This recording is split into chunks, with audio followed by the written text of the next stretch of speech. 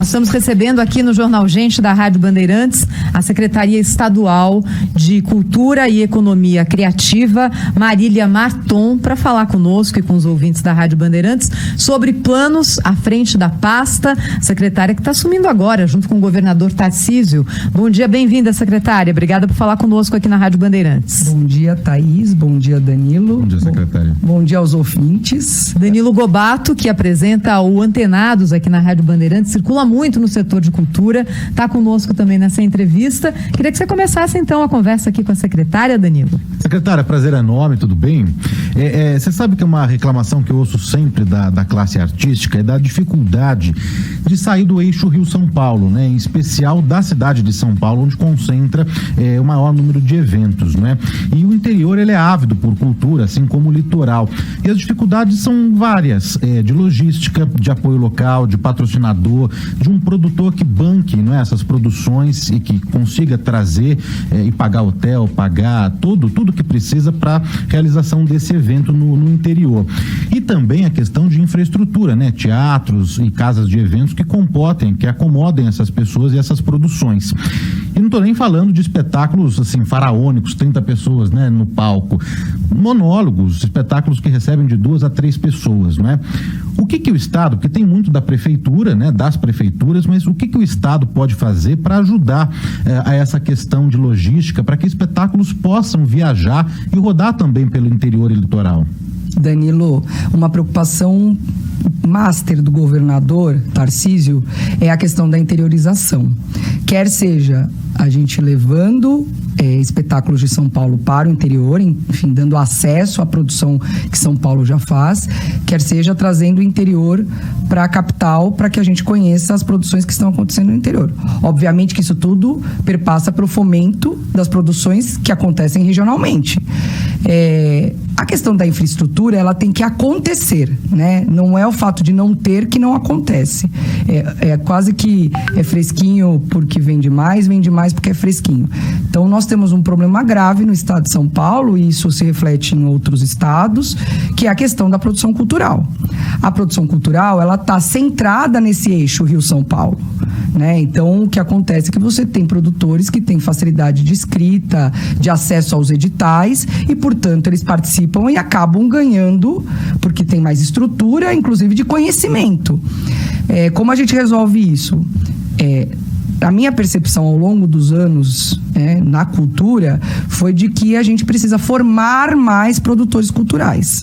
Então, como que a gente faz? É só levar cursos de formação? Não. Como toda universidade, você ter formação é bom, mas você precisa ter efetiva participação do processo, porque a gente aprende com o processo de produção.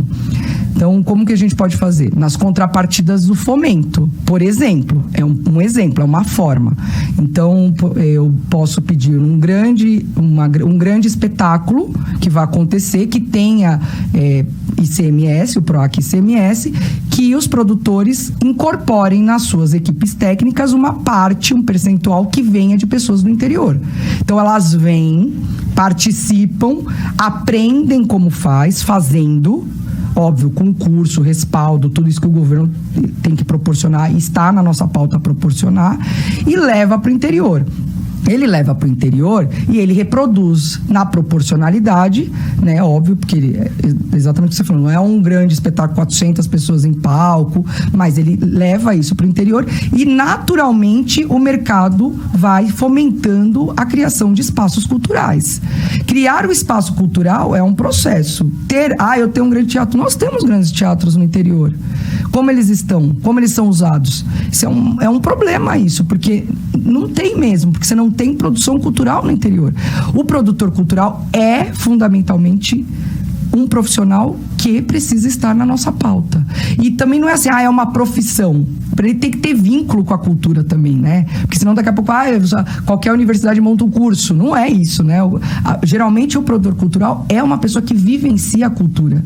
Então a gente precisa conectar essas duas pontas. Aliás, queria aproveitar a pergunta do Danilo, secretária, e pedir para a senhora contar ao ouvinte aqui da Rádio Bandeirantes qual é a sua visão do relacionamento entre Estado e área cultural, não é? Eu acho que é uma das questões mais prementes hoje. O Estado como financiador, como apoiador, como fomentador. Qual é o papel que a senhora enxerga hoje para o Estado, como secretária de Cultura do Estado de São Paulo, na produção cultural? A cultura, gente, ela emana das pessoas, tá? O Estado, ele é realmente um fomentador, ele é o berço que, né, ele é a mão que empurra. Então, as nossas conversas, a abertura do diálogo que a gente está tendo e se preocupando em ter com o setor artístico é justamente para a gente mapear tudo que a gente produz. O Estado não precisa produzir mais nada, ele precisa fomentar e alavancar aquilo que já está acontecendo. Como a gente faz isso? A gente precisa entender que a cultura, ela é sistêmica da sociedade, tá? Então ela sai de todos os lugares. A gente vê a cultura acontecendo num bar, a gente vê a cultura acontecendo numa garagem, a gente vê a cultura acontecendo dentro de uma igreja, a gente vê a cultura acontecendo, ela permeia todas as camadas sociais, dos mais humildes aos maiores. O Estado, ele precisa entrar nisso tudo e abarcar isso tudo para poder fomentar, para a gente poder distribuir mais, ter mais acesso a tudo isso que a gente já produz. Então, o nosso papel hoje, primeiro, muito diálogo.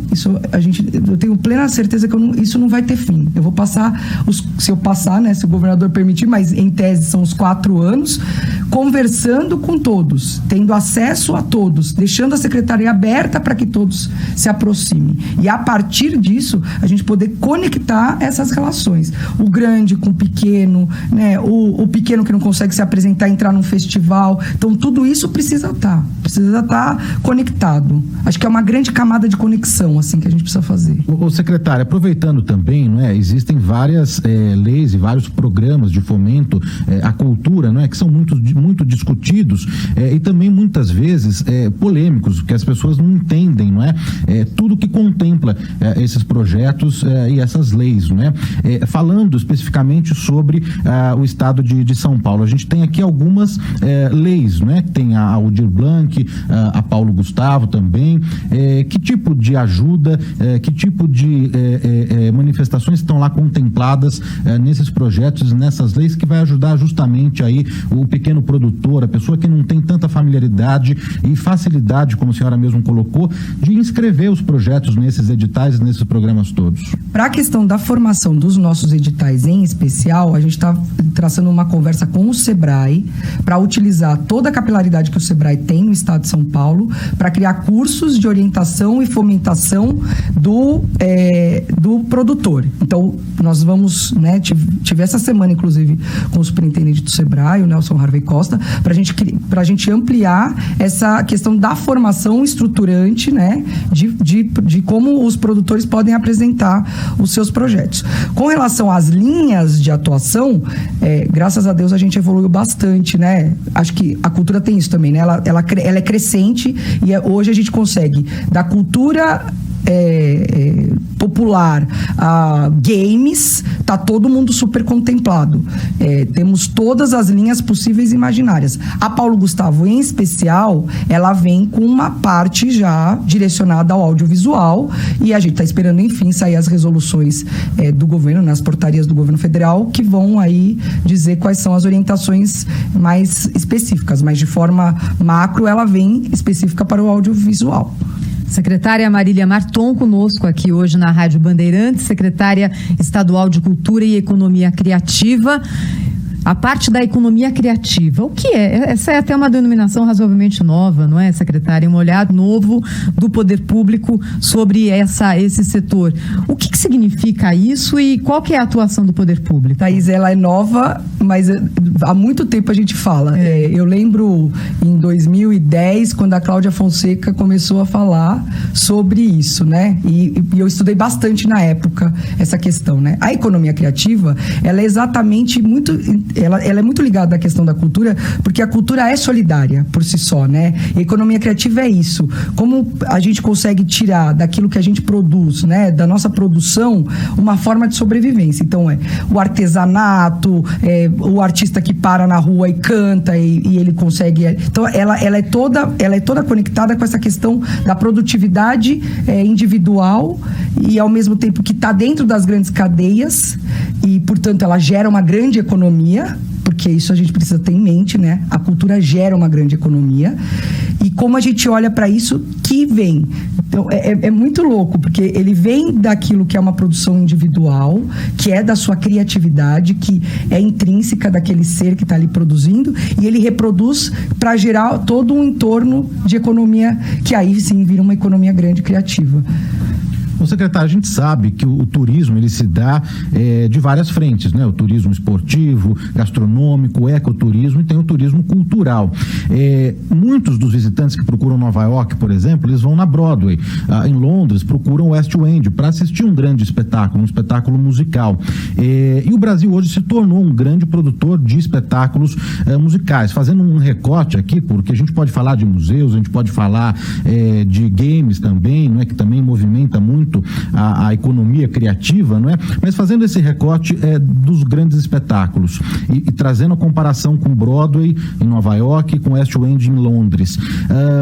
A senhora não acredita que falta um pouco de marketing para começar a chamar e a movimentar não só o mercado interno, né, o Brasil, mas também para fora, né, do tipo exportação? Aqui também a gente faz musical, não é só réplica, não é só franquia, mas produções originais que retratam a nossa cultura, os nossos artistas, porque o turismo também se dá por aí, né? A difusão internacional é uma preocupação, tá, Danilo? É assim, a gente tem essa preocupação, eu particularmente tenho essa preocupação sempre.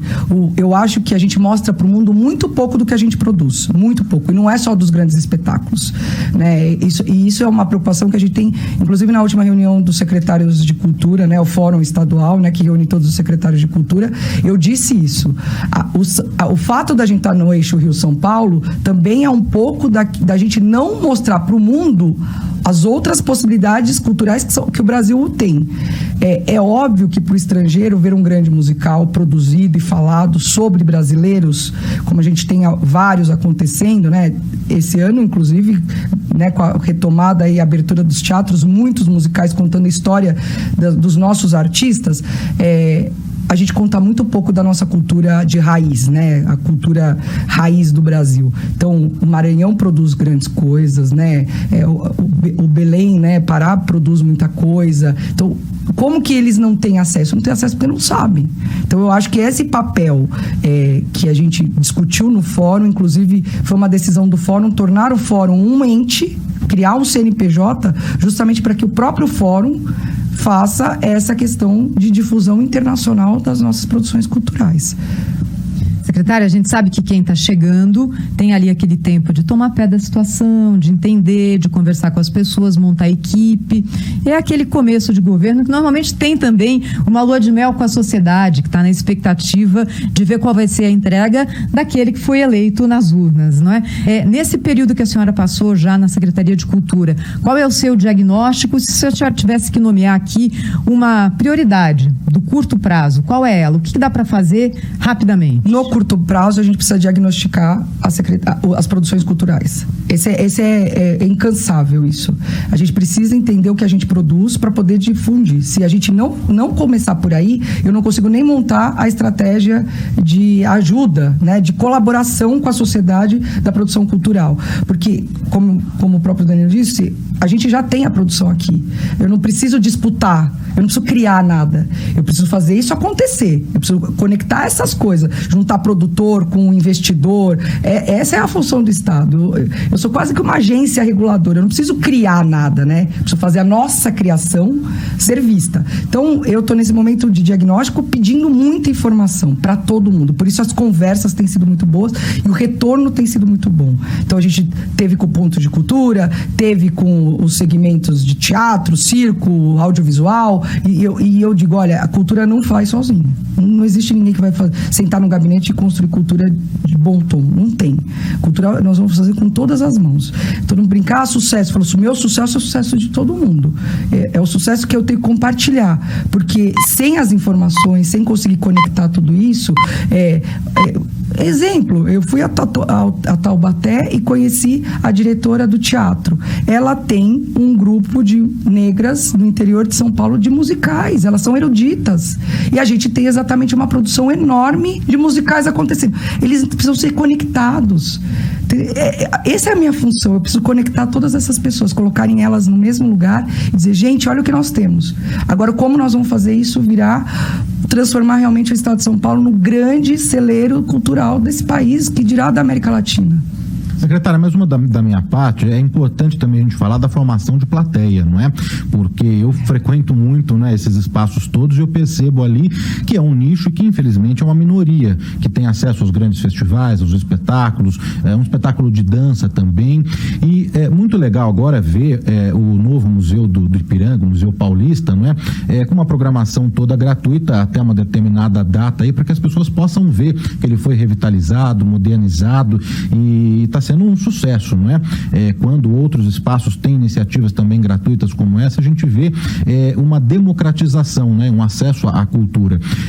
Falando da formação de plateia, né? Que tipo de iniciativa a gente tem, além das leis e da contrapartida para esses espetáculos, para que a gente consiga trazer, não é? Essas pessoas para frequentar o circo, frequentar o teatro, frequentar o cinema também, os museus. O que a gente pode fazer para democratizar de fato o acesso à arte e à cultura? Olha, Danilo, na verdade, para mim, o papel do Estado fundamentalmente é formação, né? Assim, se você perguntasse aonde é o papel mão do Estado, é formação. E aí toda a cadeia produtiva da cultura nessa relação.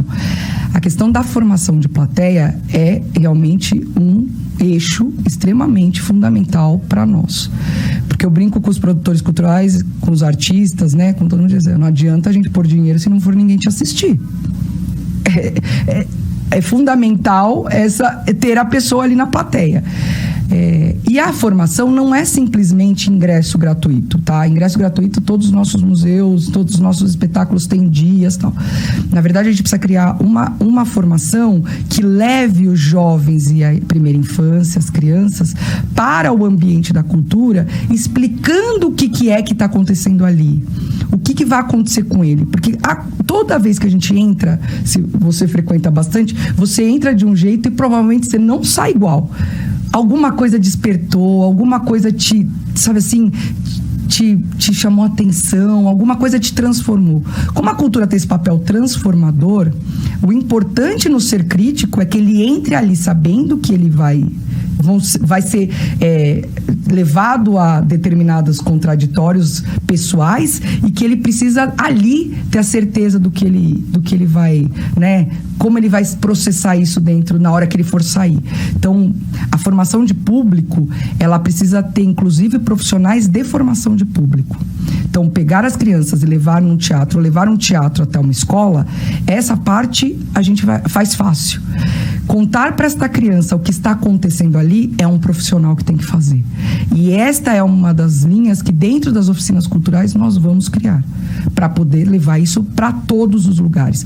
Porque uma solução fácil, as pessoas no interior não têm acesso às exposições. Hoje em dia o metaverso resolve isso. Bota um óculos, a pessoa caminha, faz um 360, anda numa sala. Hoje eu consigo dar conta disso. Mas a hora que ela entrar ali, ela encontrar isso, o que vai acontecer? O que desperta nela? Eu acho que a formação de público precisa ter este profissional. Então, esta é uma linha extremamente importante, que é a gente poder fazer a difusão, o fomento, mas principalmente a formação. Senão a gente não vai ter público.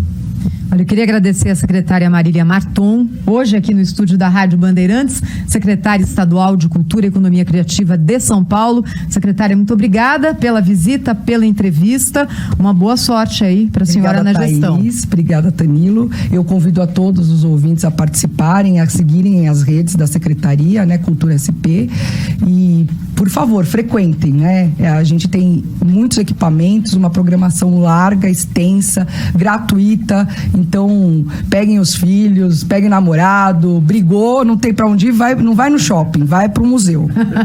Obrigada, secretária. Obrigado, secretária.